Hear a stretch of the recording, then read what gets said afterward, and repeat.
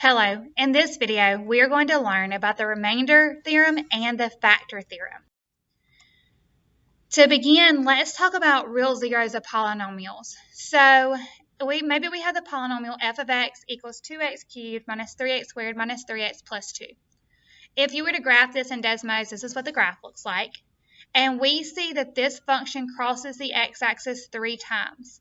Well, that's exactly what it's supposed to do because this polynomial is a cubic polynomial. It has a power of 3. So its degree is 3, so it has 3 zeros. So it should cross the x-axis 3 times, which this one does. And we can see that, let's just look at just this 1 0 right here, that it's x equals -1. So that is how, if you were graphing, how you would find the zeros. Okay, so factor theorem states a polynomial f of x has a factor x minus k if and only if f of k equals 0. Or if the remainder is 0 when the polynomials are divided, then the divisor is a factor of the dividend. Okay, that's some really fancy language, right? Basically what that means is that you're going to solve x minus k equals 0. You're going to say, so it's going to say x equals k. Then you're going to plug k into f of x. Whatever number you get, you're going to plug it into the problem. And then you're going to say, did I get 0 or not? If you got 0, then yes, it's a factor. If you get a number other than 0, no, it's not a factor. So we're going to determine if the following is a factor of f of x equals 4x to the fourth minus 2x squared minus 2. So x plus 1. We have to set this equal to 0 and solve it, which is -1. I don't know why that didn't pop up yet, but so we plugged in -1 for x. 4 to the -1 to the fourth minus 2 times -1 squared minus 2. Put all that in the calculator at one time. Everything on the right-hand side of the equal sign. Put it in the calculator. That's going, there it goes. It was a step late. That's going to give you 0. So since we got 0, yes, x plus 1 is a factor. Let's do another one. Same polynomial, but this time we're going to ask if x minus 2 is a factor. So we need to set it equal to 0. And then we need, oh, that was supposed to say x equals 2. Oops.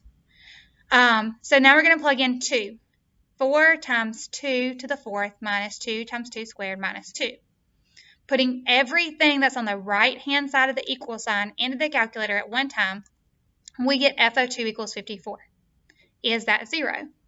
No. So x minus 2 is not a factor of the polynomial. Remainder theorem is a polynomial f of x is divided by x minus k, or when a polynomial, the remainder is r equals f of k. What that means is, once again, we're going to take x minus k and we're going to solve it. We're going to plug that number into f of x, and whatever number we get is the remainder of the function. So we're going to figure out the remainder of the polynomial, same one, 4x to the fourth minus 2x squared minus 2, when we divide it by x minus 3. Set it equal to 0, x equals 3. We're plugging 3 into the function. F of 3 equals 4 times 3 to the fourth minus 2 times 3 squared minus 2. When you plug everything on the right-hand side into the calculator, you get 304.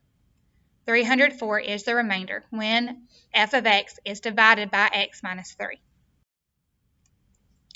Now let's talk about the rational zero test. The first thing you're going to do is you're going to find your p's, which is you look at the constant, so the last number, the number that does not have a variable, and you're going to list all of its factors. Then you're going to look at the leading coefficient, okay, the one in the very front. Whatever your highest power is, if it's x to the fifth, what number is with x to the fifth? You're going to list all of its factors. And then you're going to say p over q, all p's over all q's. And that's to determine all possible zeros. I don't know why that was out of order. So let's look at an example. We're going to determine all possible roots of the polynomial f of x equals 2x to the fourth minus 2x squared minus 4x minus 4. So we look at -4. That is our constant. That is the number that does not have a variable. So to find our p, we're going to list all the factors of -4, which is plus or minus 1, plus or minus 2, plus or minus 4. Because 1 times 4 is 4 and 2 times 2 is 4. So there's all your factors, plus and minus for all of them. Now we need to look at 2.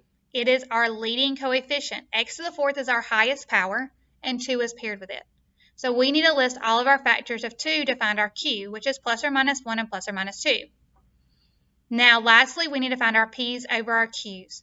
So we have to take all of our p's and place them over all of our q's. So our p's are plus or minus 1, plus or minus 2, plus or minus 4. And our first q is plus or minus 1. So let's place all of our p's over our first q. Now we also have the q, a q that's plus or minus 2. So we're going to do the same thing, but this time our denominator is 2.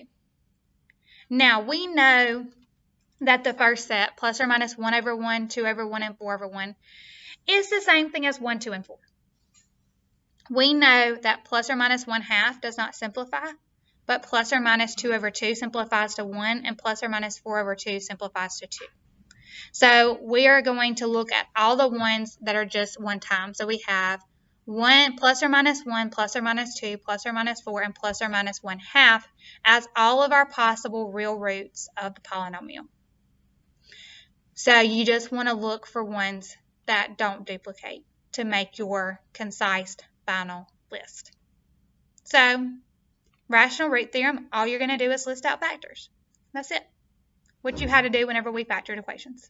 So that is real roots of polynomials, or whatever I titled this, I don't remember. But that concludes this video.